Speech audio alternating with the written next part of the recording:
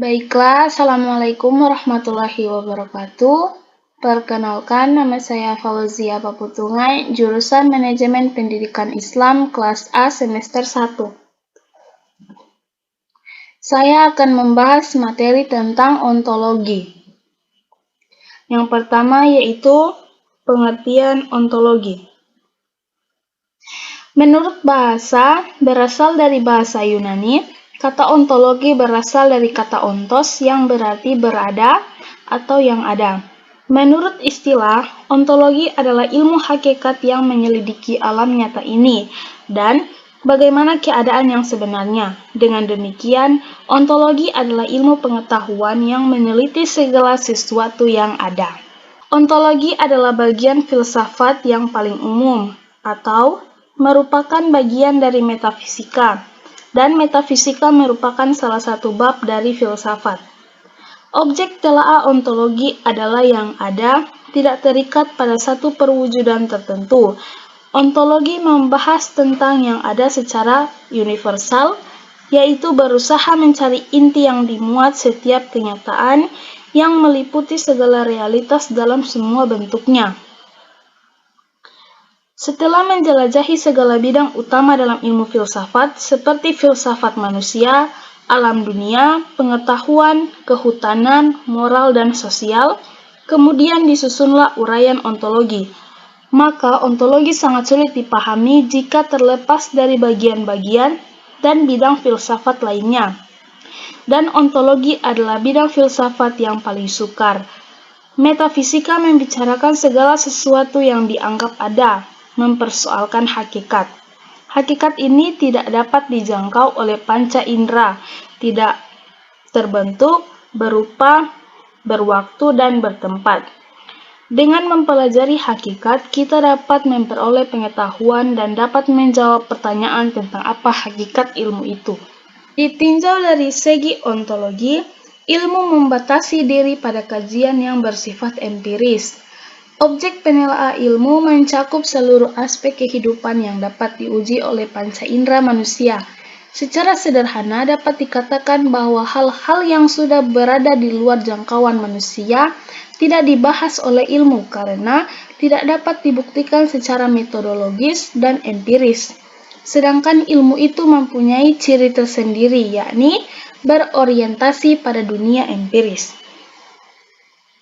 Berdasarkan objek yang ditelaah dalam ilmu pengetahuan, ada dua macam.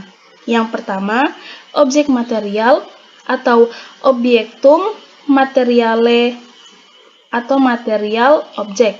Ialah seluruh lapangan atau bahan yang dijadikan objek penyelidikan suatu ilmu.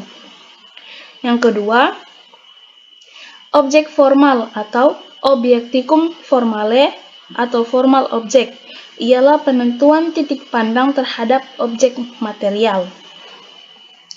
Untuk mengkaji lebih mendalam hakikat objek empiris, maka ilmu membuat beberapa asumsi atau andaian mengenai objek itu. Asumsi yang sudah dianggap benar dan tidak diragukan lagi adalah asumsi yang merupakan dasar dan titik tolak segala pandang kegiatan. Asumsi itu perlu sebab pernyataan asumtif itulah yang memberikan arah dan landasan bagi kegiatan penelaahan. Ada beberapa asumsi objek empiris yang dibuat oleh ilmu, yaitu yang pertama, menganggap objek-objek tertentu mempunyai kesamaan antara yang satu dengan lainnya, misalnya dalam hal bentuk, struktur, sifat, dan sebagainya. Yang kedua, menganggap bahwa suatu benda tidak mengalami perubahan dalam jangka waktu tertentu. Yang ketiga, determinisme, yakni menganggap segala gejala bukan merupakan suatu kejadian yang bersifat kebetulan. Asumsi yang dibuat oleh ilmu bertujuan agar mendapatkan pengetahuan yang bersifat analitis dan mampu menjelaskan berbagai kaitan dalam gejala yang tertangguk dalam pengalaman manusia.